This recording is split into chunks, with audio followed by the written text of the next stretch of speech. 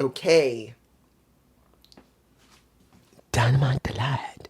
I did that little pause just to make it interesting. Guys, this show was not bad. It wasn't. But I gotta say this, that I really wish I could have Statlander and Jade on Grand Slam, but it's gonna be on Rampage. I'm not reviewing Rampage, but I am gonna watch it probably Saturday. Unless someone, more than one person, it's gotta be a lot more than one, to ask me to review it on a Saturday, because I don't do that anymore. There's no point in it. No one ever did watch my Rampage reviews. And when I added them to SmackDown, it actually brought the views down. Now, I don't care about views, but it shows not everyone is enjoying it. I don't want to do something that I find to be a lot more of a hassle, and no one enjoys it anyway, so I didn't do it. So I will be watching Rampage on the weekend, and at least I'll see that match. That's what I'm going to watch. Everything else I don't really care about. Now, opening, Mox versus Bill. Now, I have to admit this. I just redid this video twice due to the fact I started coughing. I went out this morning. I did not take my allergy medicine. There's a lot of stuff on the floor, a lot of pollen on the floor. I walked right through it. Oh, I was so stupid. I feel like crap. But I'm going to cough, so deal with it, guys. I'm sorry. But when you see this situation, I don't want to see Mox like this. I don't. I hate seeing Mox do exactly what Orange Cassidy did, which is trying to make the international title into an IC title, which it is not. That championship is basically the European and hardcore title. It's not even a cruiserweight title. It's not a cruiserweight title. It's not an IC title. And they're trying to make it into one. And it angers me to see that they're doing copy and paste on Moxley when he shouldn't be doing that. Now, was the match bad? No. But it was sloppy in the middle when Moxley started bleeding and Morrissey. Let's make it clear with Big Bill. He's not a bad wrestler, but I don't think he's used to having to deal with someone who's bleeding. And Mox tends to bleed a lot. See, I'm beginning to cough again. I want to cough. But I'm telling you now, I just wish he didn't have to do that. Now, at the end, you see Ricky messing around. Then you got Brian coming out trying to stop it. Then you got Claudio coming out trying to lift Big Bill and didn't get a chance to do it. And now, after that, we had the vid pack. Well, not the vid pack, but, well, it was pretty much like a vid pack. Because when they started talking in the back, the segment in the back is more of a vid pack, basically, even though it's live. And you got Mox and Claudio that's going to go up against Big Bill and Ricky Starks. They just, no. Claudio and, was it Claudio and, is it? Yeah, because when it comes to Mox, he's going to have to wrestle Rey Fenix. So it's going to be Claudio and it's going to be Brian who's going to go up against Big Bill and Ricky Starks. I do not know if this is really going to work because really, here's the problem. They've done a transition. It's obvious. When it comes to Ricky, he should be working with, you know who, CM Punk. But now they have to put him on Brian due to the fact Brian had to do the strap match instead of a CM Punk. It feels tacked on. And it doesn't feel developed enough. I'm sorry. Yes, the match they had, that strap match was great. It was excellent. But the story is so weak, it's turning me off. But when you see that, and you see Mox a little bit dazed in the back, clearing his eyes going like this, and then he sees Ray coming up to him saying, I'm coming for you because Ray got messed up by him. He did get hurt by him. And then you see Claudio and Eddie Kingston staring each other down. That's the match I want to see. I want to see Claudio and Eddie more than anything else. Because we will be getting that match. We're getting it at Grand Slam. Instead of like Wrestle Dream, instead of building up to Wrestle Dream, it's going to be at Grand Slam. I truly believe it should be at Wrestle Dream. I'm just saying. Moving on, we get a fatal 4-way for the number 1 contendership for Soraya's championship. And what do we got? All the same normal people. Of course, we're going to have Sheeta, we're going to have Baker, we're going to have Storm, and we're going to have Nia Rose. Here's my problem. I can understand what they're doing with the Outcast when it comes to Toni Storm. She won the match. Let's make it clear. Even though when we see Sheeta and Baker fighting one another more than they should, because Hikaru Shida doesn't trust a Britt. Britt is trying, but there's always going to be bad blood between them. But seeing that it's Toni who won, it's somewhat understandable because it is the Outcast. But then the way the story has been written is not that great. And particularly when you see Ruby Soho, who should be holding that damn title. That damn title, and I agree with JD, it was made for Jade Cargill. But here's the problem. It shouldn't have been made for Jade Cargill. That damn title should never have been made for her. And worse yet, leaving it on her for so long and she only could elevate it to a certain amount, and now they're going to have their match this Friday, which I'll probably see Saturday or Sunday, probably Saturday.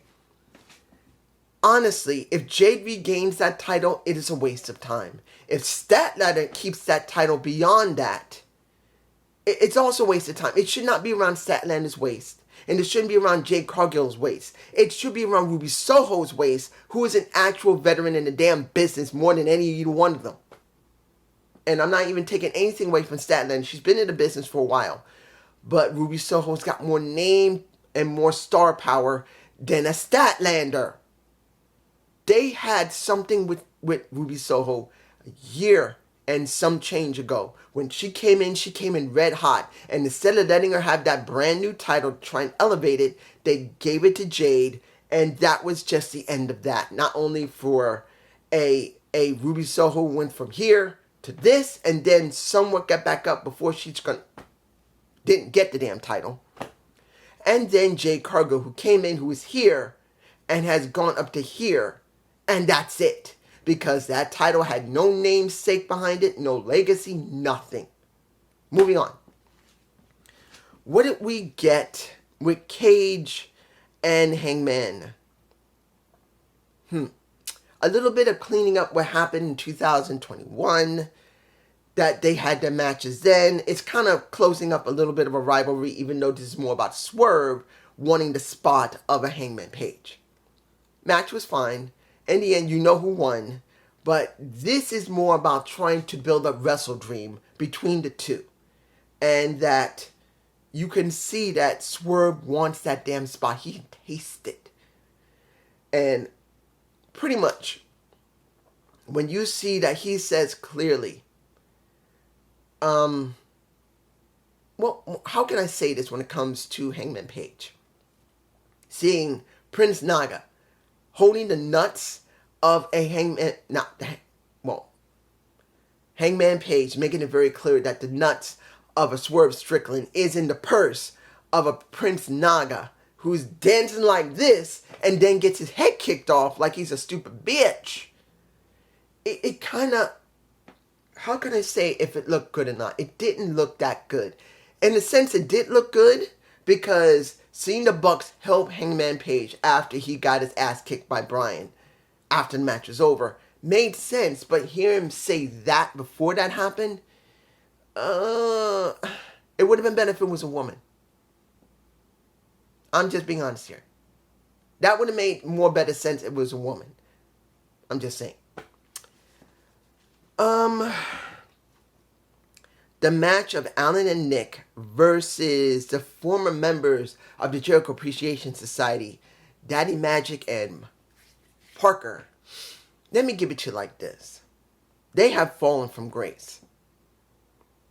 Parker and Daddy Magic, they were here. They were here.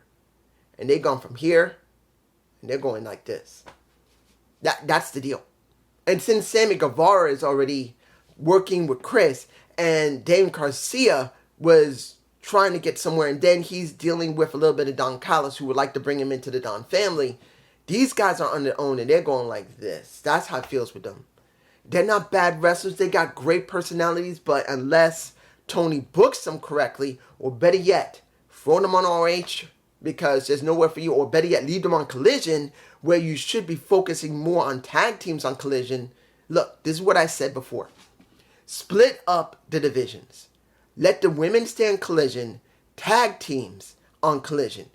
On Dynamite, make it about trios, the world title, and leave the TNT title on Collision as the top title.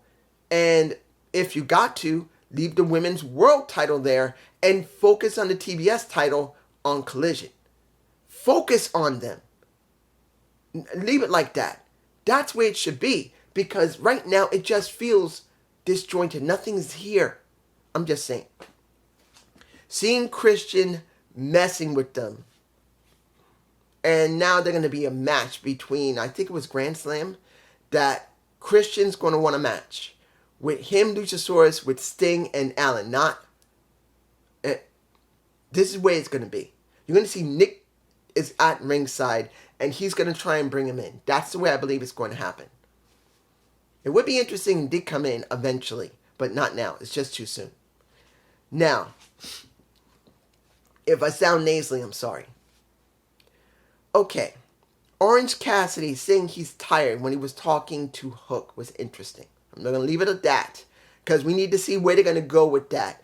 Will Orange Cassidy do anything with Hook? Maybe he'll go up against Hook and try and get the FTW title. I don't think so, but let's see where they go. The segment with Sammy Guevara and Chris was actually quite nice. It was nice. Seeing that Chris made it very clear when he first saw Sammy Guevara, he saw him on NWA 70. Now, I don't remember. I think I did review it. And I think I did review NWA 70. And I do remember seeing him there. And I think he was working with, who was he working with? Joey Janela. At that time, in that period, he was working with Joey Janela. So, it's good that he didn't mention NWA. It was good to explain how he brought him in, why he brought him in, and what was the point. And seeing that they still care about each other, but they want some closure in a sense.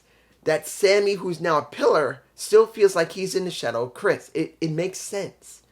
He has done almost everything there. He hasn't won any major title other than TNT. But when it comes to Chris, he should be focusing on going beyond Chris, which Chris did. Honestly, he was telling the truth when he told Sammy and Daniel, you got to go beyond me. If you really want to be over, you want to go to the next level, you got to go outside me, which was the right thing to do. And I'm telling you right now, seeing this segment was actually a good thing. The vid pack was all right. Seeing this segment was good. And seeing that Chris made it very clear that I'm going to hurt you.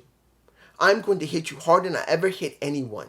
I'm going to do everything I can to hurt you. And I expect you to do the same.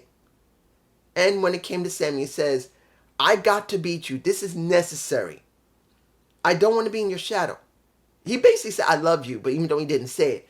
But I don't want to be in your shadow. And even though Chris said, you're not in my shadow, you're supposed to be the mainstay of this company, he still feels like he's in the shadow because essentially he is. He has to do this. So that's not a bad thing. I'm all right with that. And they didn't try to beat up each other. They do love each other. And they want to be the sex gods. They just want to get this done. So this is going to be the interesting thing. Will they actually go through with it? Will Chris let it happen? Because he should at this point. Because Sammy has developed it well enough that he can be a main eventer. Now mind you, him looking like a main eventer, wrestling like a main eventer, talking like a main eventer is one thing. But being booked like a main eventer by the boss is another. That's going to be the question of how far Tony Khan is going to be willing to push a Sammy Guevara eventually. Because he's still here. And it's not because he hasn't been trying. He's done a lot of shit with his wife, which could have easily put him right here, like with Edge and Lita. I'm not saying they went that far. No, they didn't do a sex scene in the middle of the ring yet. But you get my point. Now, there's only, let's see. There are two more things I'm going to talk about, then I'm done. Because I don't want to start coughing. Or start sneezing. I've really been trying to stop myself from sneezing. I keep going, to keep myself from sneezing. But, first thing I'm going to talk about was the MJF segment with Adam Cole. That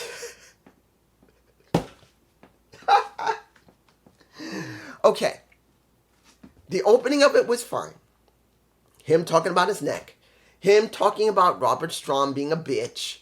And saying that you need to stop being a pussy. Fine. Roughly speaking. Him saying he's going to destroy Samoa Joe. He's going to break Samoa Joe. He's going to snap Samoa Joe. It was all right. You could see that Adam was not happy about what he said about Strong, but he understood about Samoa Joe. But what was... I know this is a cliche. I know that not everyone is going to love what MJF did. They're going to say he's just biting off of a legend. Yes, he is.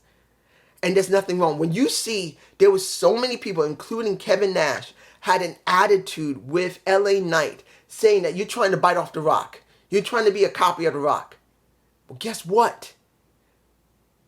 Flattery is imitating someone who's inspired you. And The Rock inspired Eli Drake, LA Knight. And he does a damn good job of it. Why do you think people are having such a huge reaction? But when you see MJF taking the freak, making me cough, the freak Scott Hall and the 33 and a third promo from TNA with Petey Williams by his side. Oh my God. And I forgot who that woman, about a great video. I don't remember who that woman was. She's a giant ass woman that was right behind him. And you can see Petey Williams going like this, trying to pump up what little muscles he's got compared to the freak. And doing this 33 and the third speech. I loved it. I know. This is stupid. I know not everyone is going to be going for that. They're going to say, oh, he's trying to bite off. Fuck him. Who cares?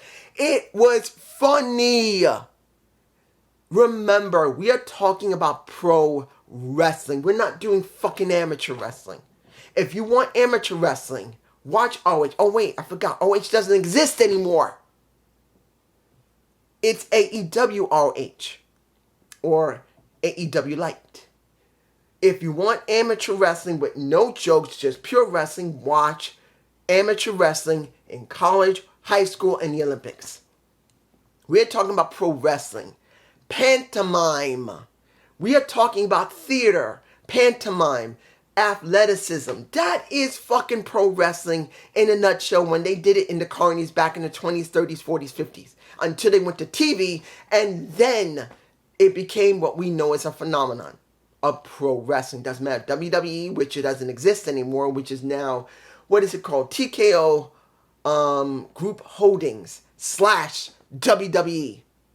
That's what that is. But this was so funny. I loved it.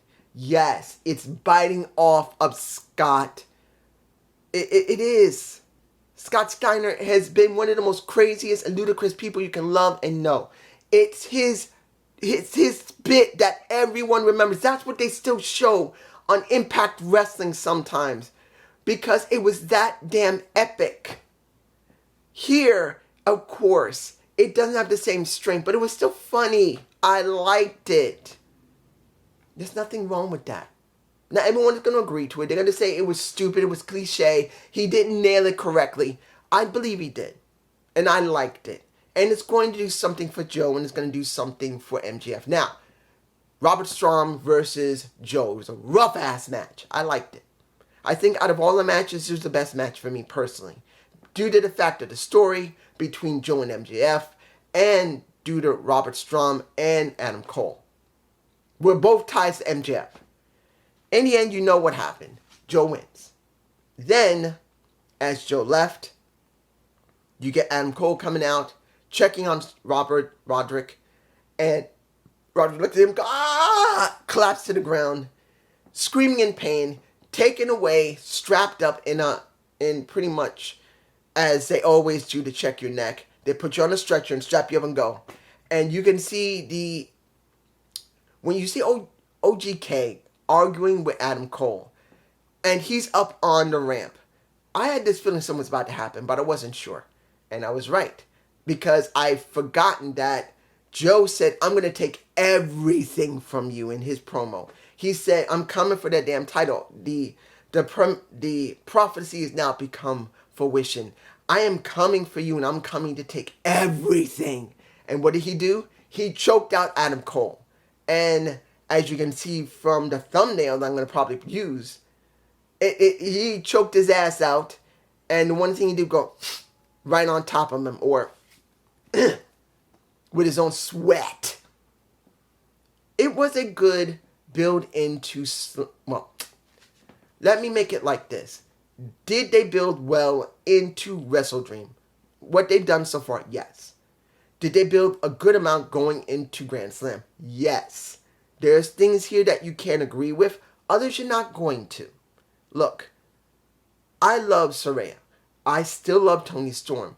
But due to the fact they've not booked the women correctly, it's hard to get into it. Now, I'm not going against Toni Storm's new persona. That persona where she's going like this and trying to act like a diva. There's nothing wrong with it. I actually don't mind there being one diva style wrestler on AEW. One. As long as there's one. Because that's the way she's acting. She's acting like a diva. And there's nothing wrong with it. As long as there's only one. And you don't focus like WWE made a damn Divas title and made women come out all the time showing tits and ass. When they could wrestle just like the men.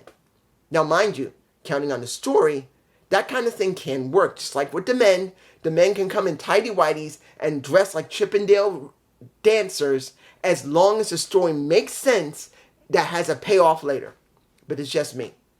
Peace.